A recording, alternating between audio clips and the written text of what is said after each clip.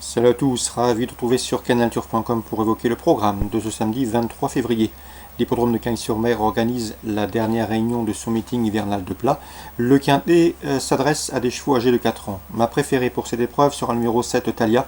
J'ai bien aimé son succès dans un handicap sur ce tracé en début de mois, le 2 février. Certes, elle a été remontée de 7 livres sur l'échelle du handicapeur, mais vu le style de cette victoire, elle peut parfaitement confirmer, d'autant qu'elle a hérité d'un bon numéro dans les stalles. Sachez également qu'avant ce succès, elle avait signé 2 bonnes places de deuxième sur la PSF de Deauville.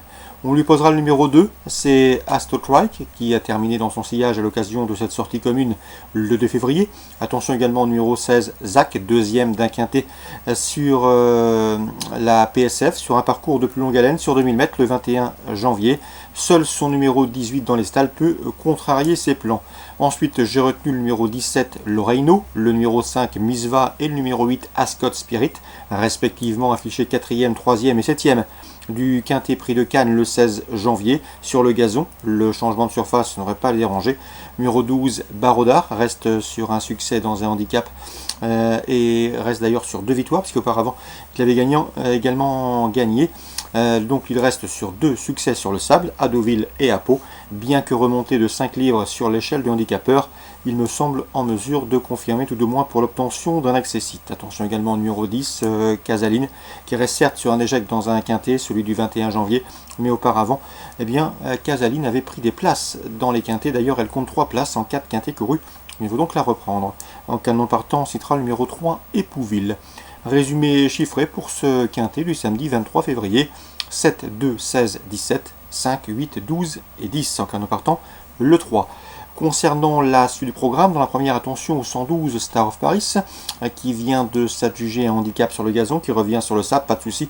D'ailleurs, Star of Paris avait remporté cette course l'an dernier. Devant qui? Devant Montalban. Montalban qu'elle vient également de dominer. Montalban qui avait terminé deuxième de cette course l'an dernier. Bref, ces deux-là se connaissent plutôt bien. Sachez que Montalban bénéficiera de la décharge de Coralie Paco. Quant à Star of Paris, il me semble en mesure de conserver son titre, le 112 et le 114, 112, 114 dans le premier rendez-vous. Dans la suivante, le 202 Tonnancourt devrait pouvoir confirmer ses débuts victorieux enregistrés sur 1500 mètres gazon. Le changement de surface ici reste le point d'interrogation pour ce 202 Tonnancourt qui a fait belle impression le jour de ses débuts. L'opposition, pourquoi pas le 201 Pedro Star à la chance théorique de premier ordre, et le 205 également. C'est dans cette épreuve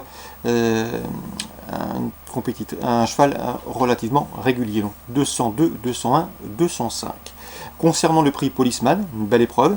Je pense que Frédéric Rossi détient les clés de cette course avec le 301 Man of Cairo et le 303 Talk of Listen.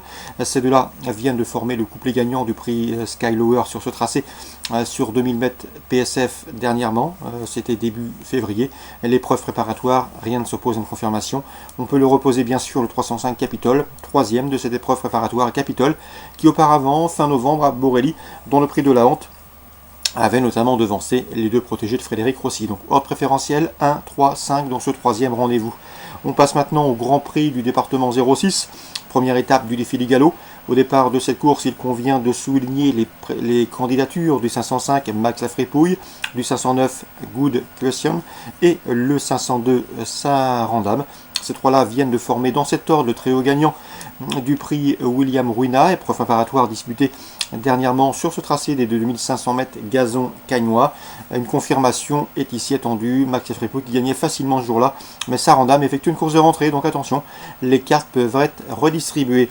Leur principal opposant devrait être bien sûr le 506, c'est dans cette épreuve Silver Wave, un cheval de classe, un cheval de qualité. N'oubliez pas qu'il compte déjà 3 participations à son actif au Qatar Prix de l'Arc de Triomphe. Donc 5, 9, 2, c'est la ligne de l'épreuve préparatoire.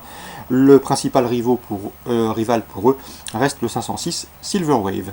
On va passer à Bordeaux, Réunion 3 maintenant.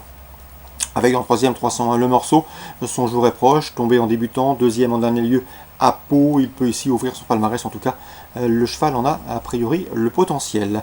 Concernant Bertrand Lefebvre, sachez qu'il est confiant avec ses deux rentrants de qualité, de vieux chevaux, des vieux tontons, toujours vaillants, toujours ingambes. Le 503 Espoir de Belway, qui aime aller de l'avant et à mon avis il peut les emmener loin, même s'il aurait préféré un terrain beaucoup plus lourd. Et le 508 Parklight, il est meilleur qu'Espoir de Belway, mais il est moins prêt, moins affûté au dire de son mentor.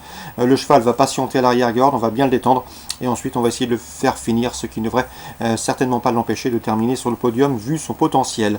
Sachez que lui aussi apprécie le terrain lourd et qu'il aura ensuite de futurs objectifs prochainement à Auteuil.